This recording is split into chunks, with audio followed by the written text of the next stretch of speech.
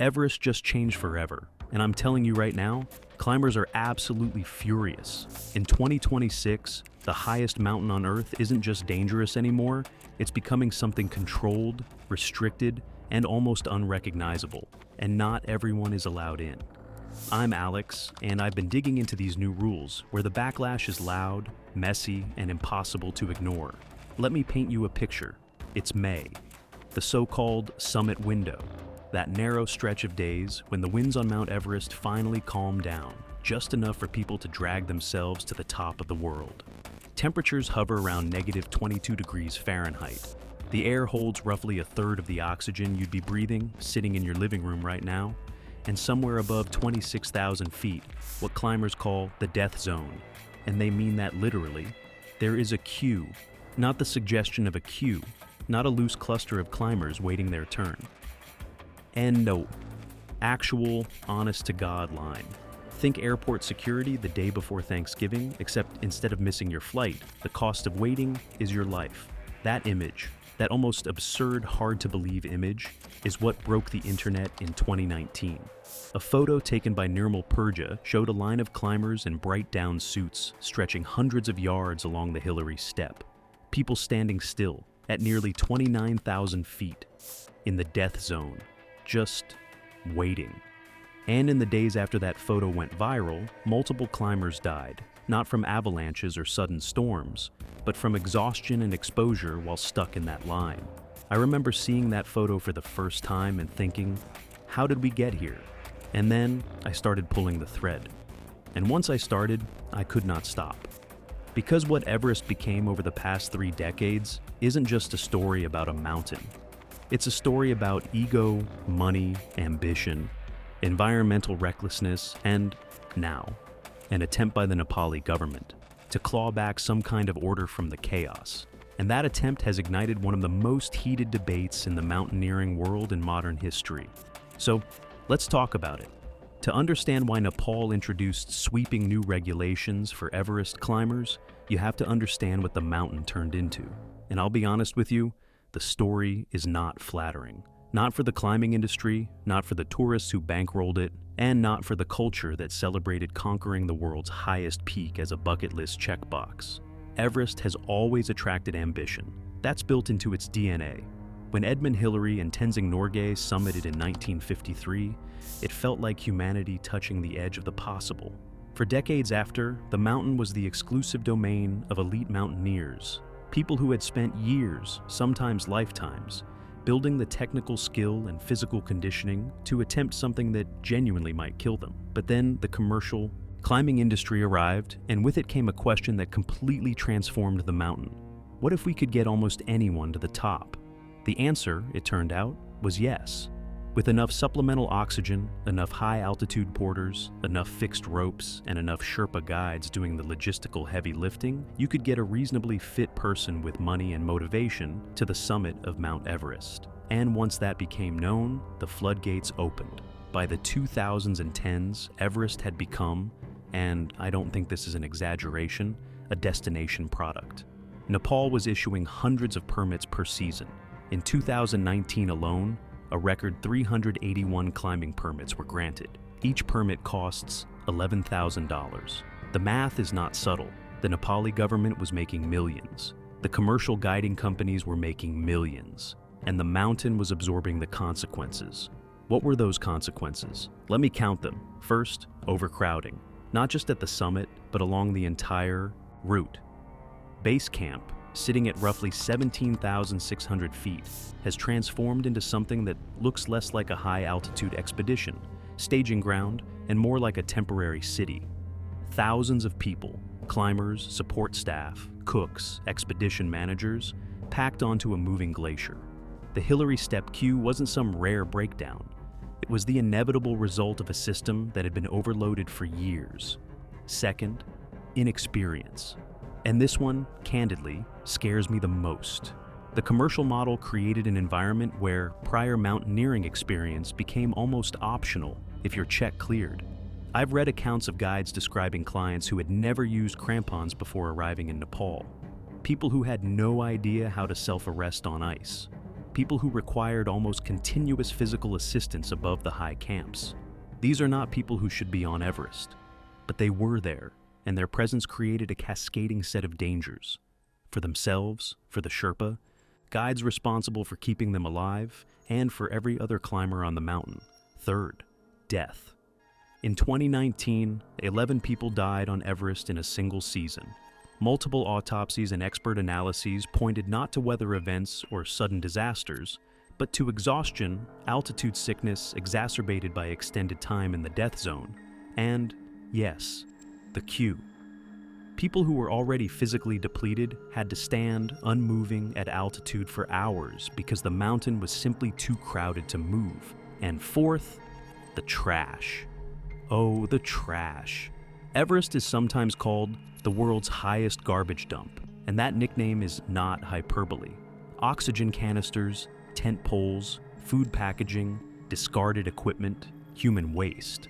Literally frozen human waste, coating the slopes. Studies have estimated that the mountain holds over 50 tons of accumulated garbage. The Khumbu Glacier, one of the most sacred and spectacular natural features on Earth, is visibly polluted. Cleanup expeditions go up every year and make a dent, but the volume keeps growing. So that's the situation Nepal inherited. A mountain that was generating enormous revenue while simultaneously being degraded, physically, ecologically, and symbolically, by the volume and profile of people attempting it. Something had to change. Most people, even the critics of the new rules, will admit that. The disagreement is about what that something should look like. Nepal's government, in coordination with mountaineering authorities, rolled out a package of new regulations that, taken together, represent the most significant restructuring of Everest access in the modern era. Let me walk you through what they actually are, because I think a lot of the discourse around them is happening without people fully understanding what's been put in place. The headline rule, the one generating the most debate, is the experience requirement. To apply for a permit on Mount Everest, climbers must now prove they've already summited a peak of at least 22,965 feet. And here's the kicker. That qualifying climb has to be done on a mountain inside Nepal. I'll come back to that specific clause because it matters enormously. But let's keep moving through the other changes. Mandatory medical checks are now required. Before you can get on that mountain, you need to pass a health screening, cardiac evaluations, fitness assessments, documentation of your physical readiness. The idea being that people with underlying conditions that make high-altitude climbing genuinely life-threatening should not be waved through because they've paid their fee. Solo climbing has been banned. You cannot attempt Everest without a licensed guide, period, no solo permits, no self-guided expeditions. You are climbing with a professional or you are not climbing. Permit fees have increased. The exact figures have shifted across different announcements and seasons, but the trajectory is clear. It costs significantly more to attempt Everest now than it did 5 years ago. Some projections suggest total expedition costs for a standard commercial climb could approach $70,000 to $100,000 or more for many climbers. And finally, mandatory tracking devices. Every climber on the mountain must carry a GPS tracker. Nepal wants to know where you are at all times. Part safety measure, part oversight mechanism. Now, on paper, you can look at this list and think, okay, that seems reasonable.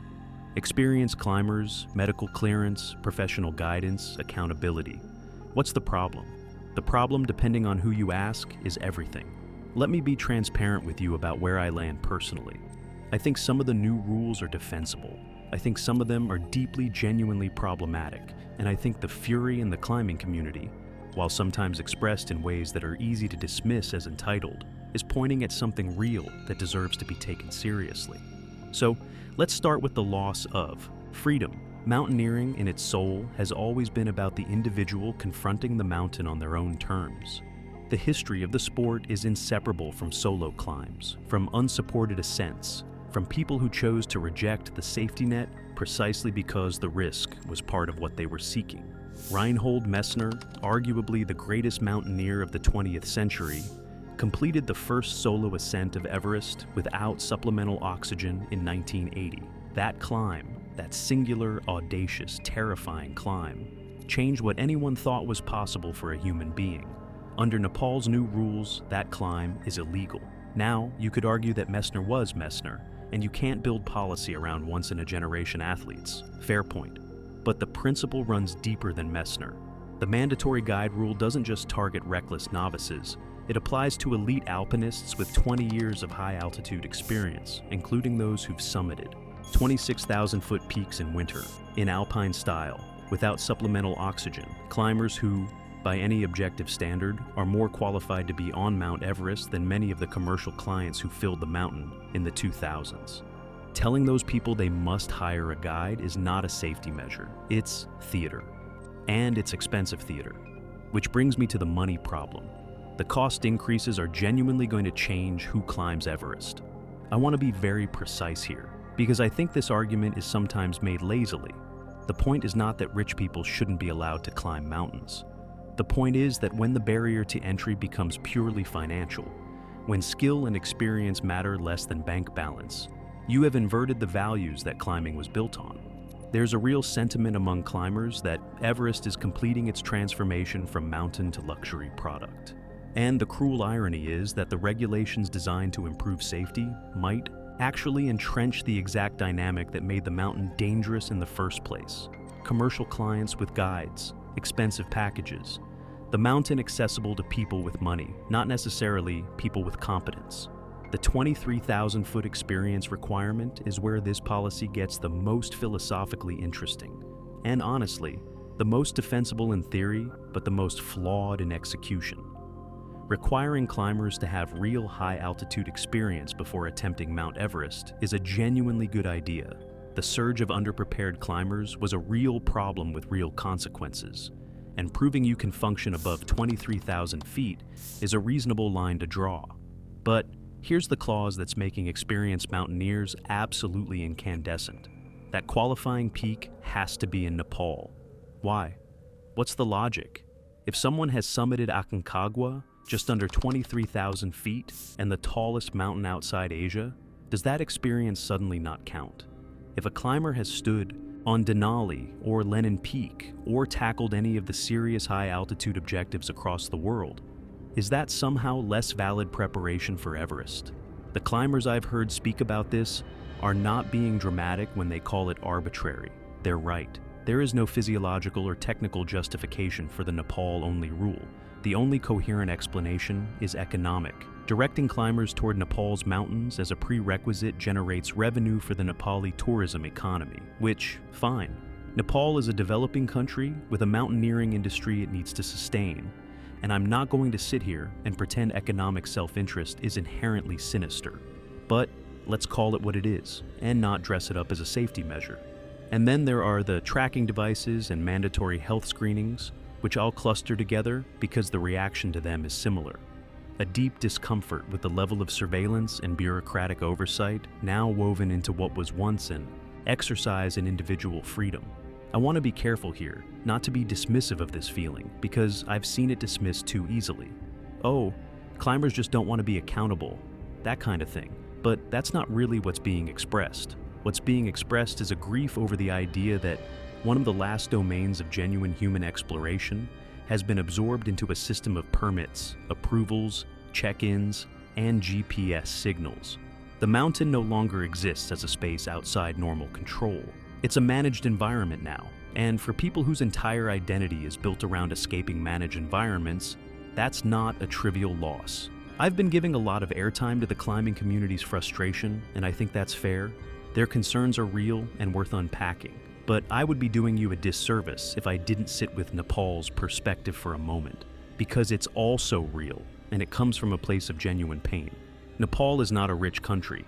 Its GDP per capita is a fraction of what it is in the Western nations that produce most of Everest's commercial climbers. And yet, for decades, it has watched the world's most famous mountain be used as a playground, and bear the consequences of that use, while receiving a portion of the revenue that barely covered the costs. Sherpas have died on that mountain, hundreds of them over the years. The 2014 Khumbu icefall avalanche killed 16 Sherpa guides in a single event. 16 people who were on the mountain because wealthy foreign clients needed their expertise and their labor. The grief in those communities was enormous. The anger was enormous, and the Nepali government was sitting there looking at a mountain that was simultaneously their greatest tourism asset and a source of recurring tragedy. The environmental degradation is also, for the Nepali people, not an abstract concern. This is their land. The Khumbu Valley, the glaciers, the high-altitude ecosystem are part of Nepal's cultural and natural heritage. Watching them be systematically trashed by tourists who flew in for a summit photograph and left their oxygen canisters behind is not something you can just shrug off. So, when Nepal says, we need to regulate this more aggressively, I understand that impulse completely. I respect it. The question is not whether regulation was necessary. The question is whether these specific regulations are calibrated correctly. And I think honestly they're not. Not yet. They're a blunt instrument applied to a problem that required precision. The experience requirement is right in spirit, wrong in execution. The guide requirement is understandable given the documented disasters with inexperienced climbers, but it overreaches by applying to elite mountaineers who need no such hand-holding. The cost increases may reduce volume, but they do so in a way that filters by wealth rather than competence. There's a better version of this policy framework waiting to be written. One that genuinely prioritizes experience over money, that creates space for elite solo climbers with demonstrated credentials, that applies the Nepal Peak requirement to a broader range of equivalent high-altitude mountains, that invests permit revenue directly into environmental cleanup and Sherpa welfare. That version exists. Nepal just hasn't built it yet. I've been thinking a lot about what Everest is actually for, and I know that sounds like a strange question. It's a mountain. It doesn't have a purpose. But in practice, the way a culture treats its most extreme environments reveals something about its values. And the history of Everest is a history of those values being contested, between tradition and commercialization, between access and excellence, between the desire to share something extraordinary and the recognition that some things lose their meaning when they're shared too widely. George Mallory, who may or may not have summited Everest in 1924, before dying on its slopes, was once asked why he wanted to climb it. His answer, because it's there, has been quoted so many times it's lost some of its force. But think about what he was actually saying. Not because it's profitable, not because it would make a great story, not because it's on the bucket list, because it exists, because the mountain itself is the reason. That spirit, that weird, irrational, profoundly human impulse to go somewhere simply because it's hard and high and real, is what's at stake in this conversation. Everest is no longer just a mountain. It is a system. It has permit offices and tracking infrastructure and mandatory guide requirements and health screening protocols and environmental surcharges. It has Instagram base camps and luxury expedition packages and documentary crews and social media managers waiting at the summit. It has been, in every meaningful sense, domesticated. And now, the Nepali government has drawn the logical conclusion of that domestication and made it official. If you are going to treat this mountain like a managed product, then it will be managed. I'm not sure who to be angry at, honestly. The commercial industry that turned Everest into a luxury experience, the climbers who signed up for those experiences without the training to back it up, the governments that issued permits faster than they could be responsibly managed, the culture that decided summiting the world's highest peak was something to be purchased rather than earned. All of them, maybe, and none of them, because the pull of that mountain is so powerful and so ancient that it has always attracted more ambition than wisdom. What I keep coming back to is this. The people who built the mythology of Everest, the Hillarys and the Messners and the Norgays, did not climb it because someone approved their permit and assigned them a guide and tracked their GPS coordinates. They climbed it because they were consumed by it, because this mountain demanded everything they had and they gave it freely. Those climbers still exist. Right now, there are alpinists training on faces in Patagonia and ranges in Kyrgyzstan and glaciers in Alaska who want nothing more than to stand on top of the world under their own power, on their own terms. They are skilled enough to do it. They are experienced enough to do it. And under the new rules, they are going to face a bureaucratic and financial obstacle course that has nothing to do with their ability and everything to do with a system designed for a different kind of climber entirely. That's the tragedy at the center of this. Not that Nepal is regulating Everest. Regulation was overdue and necessary. but that the regulation has been designed in a way that doesn't actually distinguish between the climbers who belong on that mountain and the climbers who probably don't. Safety, yes. The deaths had to stop. The queues had to be managed. The trash had to be addressed. I believe all of that. But there's a version of safety that preserves something essential, that makes the mountain harder to access while keeping the door open for genuine excellence. And there's a version of safety that is really just control dressed up in emergency language. Right now, I'm not entirely sure which version Nepal has built. Maybe they'll refine it. Maybe the climbing community's outrage will push the policy towards something more nuanced. Maybe, 5 years from now, we'll look back at this moment as the painful but necessary turning point when Everest was pulled back from the brink. Or maybe we'll look back and see the moment the mountain finally, completely stopped being a mountain and became something else. A monument, a product, a place you visit rather than a place you conquer. Everest is still there. It hasn't changed, but everything around it has. And the question I'll leave you with, the one that I genuinely do not have an answer to, is this. When we finally made Everest safe enough for everyone, did we make it worth it for anyone?